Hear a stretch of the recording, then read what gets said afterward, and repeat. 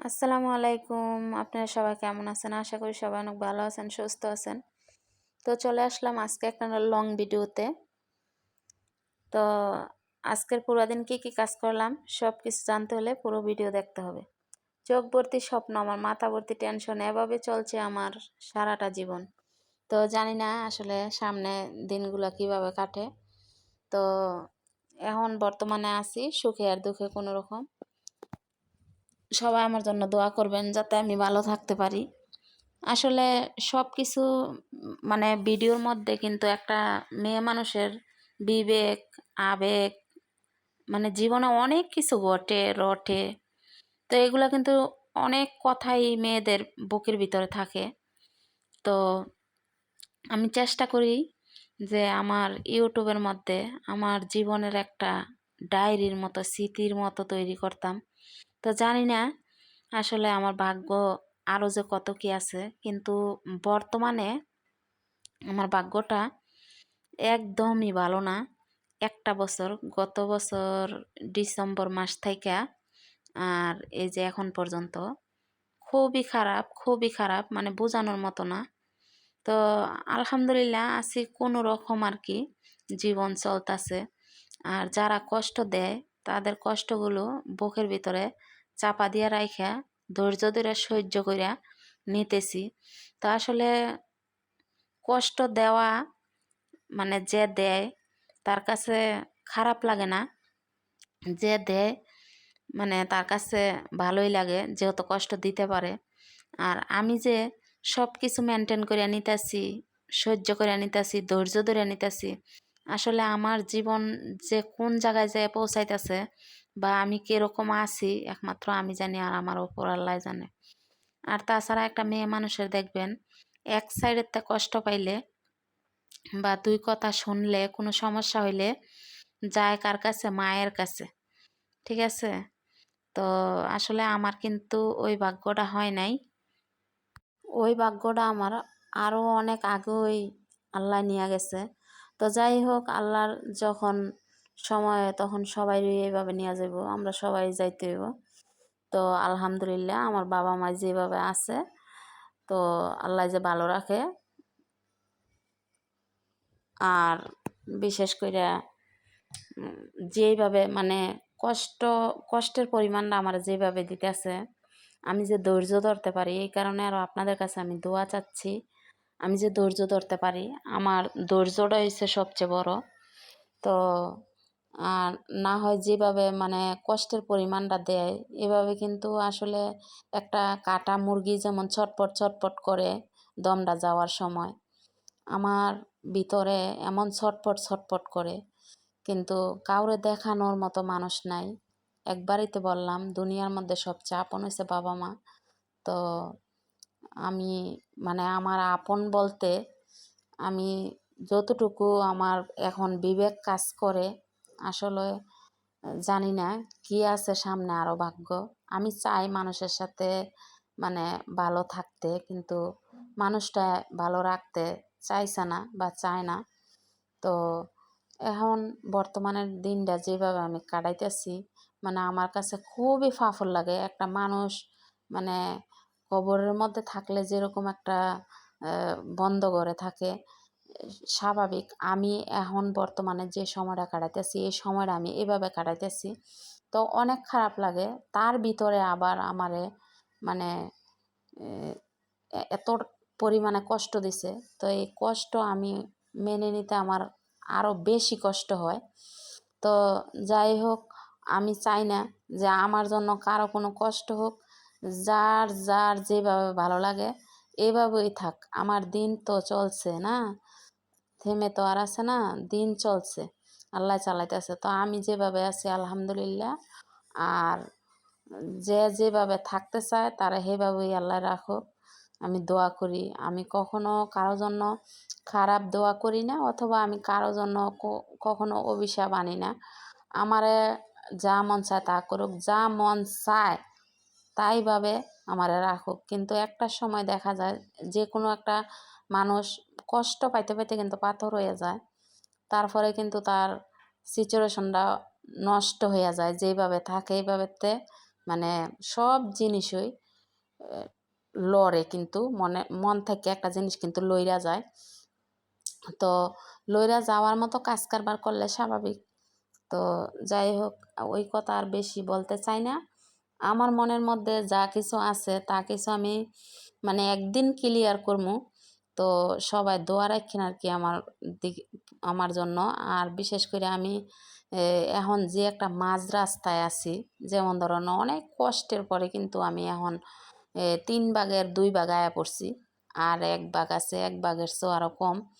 তো আমি এইটুকু সময় যদি পাড়ি দিয়ে আমি উঠতে পারি, আল্লাহ যদি আমারে উড়ায়, তো আল্লাহর কাছে আমি লাখো শুক্রিয়া, আলহামদুলিল্লাহ।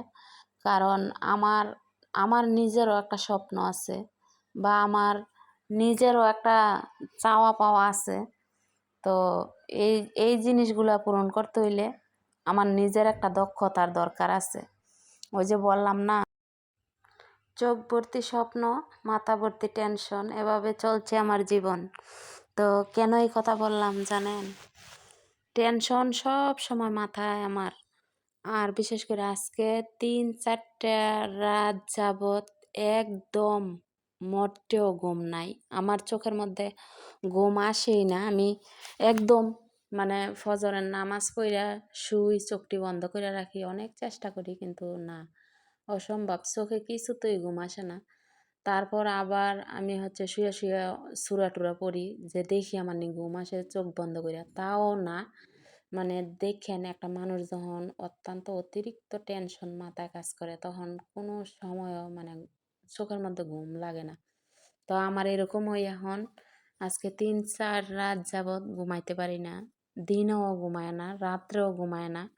মানে ঘুমের কোনো ধারে কাছেও যাইতে পারতাছি না। তো আজকে আমি ভাবছি যে আজকে আমি ঘুমের ওষুধ খামো, খাইয়া তারপর আমি ঘুমামো। তো মানে আমার এত পরিমাণে খারাপ লাগে, আমারে কেউ কষ্ট দিলে আমি মাইনা নিতে পারি না। আমারে কেউ কষ্ট দিলে মানে আমার বুকের ভিতর যেমন ছিদ্র হইয়া যায়, বুকটা যেমন ফাইটটা যায় একদম, আমার এরকম লাগে। তাহলে দেখেন, একটা মানুষ যখন তারে বেশি ভালোবাসে, তো তার আচার ব্যবহার, কথাবার্তা সব কিছুই কিন্তু জানে, সব কিছুই কিন্তু বোঝে, যে হ্যাঁ কীভাবে রাখলে ভালো থাকবো, কীভাবে রাখলে হ্যাঁ কেমন থাকবো, সুখে দুঃখে বোঝার দরকার আছে। সারাটা জীবন বুঝিয়া যদি এই মানে অল্প সময় না বোঝে, এত পিছনের এত সময় বুঝিয়া যদি এখন সামনে যে সময়টা, এই সময়টা যদি না বোঝে, যে একটু সমস্যার ক্ষেত্রে মানুষের সমস্যার সমাধান করা লাগে, সমস্যার ক্ষেত্রে টেনশন দেওয়া যায় না, আর এগুলো করা যায় না। তো মিলেমিশে থাকতে হয়। এই জিনিসটা মাথার মধ্যে রাখুন লাগবো। খালি গরম দেখানো, খালি গরম দেখানো, খালি রাগ দেখানো, এটা কোনো মানুষের কাজ না। মানুষের কাজ হচ্ছে একাত্তর থাকতে হয়, বুঝতে হয়, 2টা মন এক হইতে হয়। তো যাই হোক, কষ্ট যতটুকু পাওয়ার কষ্ট পাইয়াই লেছি। আর মুচ্ছা নেওয়ার মতোও নাই, দুইয়া দেওয়ার মতোও নাই, শেষ। তো আসলে আমি সামনে যে দিনগুলো আমার আইতাছে, আমি যদি আল্লাহ আমারে বাঁচায় রাখে, তাইলে আমি চেষ্টা করবো যে আমার মতো করে আমি যে গইরা নিতে পারি।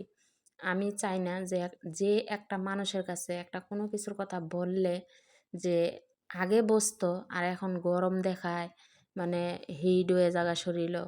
তো যাই হোক, হিট হোক গরম দেখাক, ছেলে মানুষের মন এরকমই হয়, আর সবসময় মানে এক না। তো যেরকম হয়, যার জন্য যেরকম ভালো, তার জন্য তারটা উত্তমই। তো আমার কাছে এটা ভালো লাগে না। তো এটা আমার কাছে আমি উত্তম মনে করি না।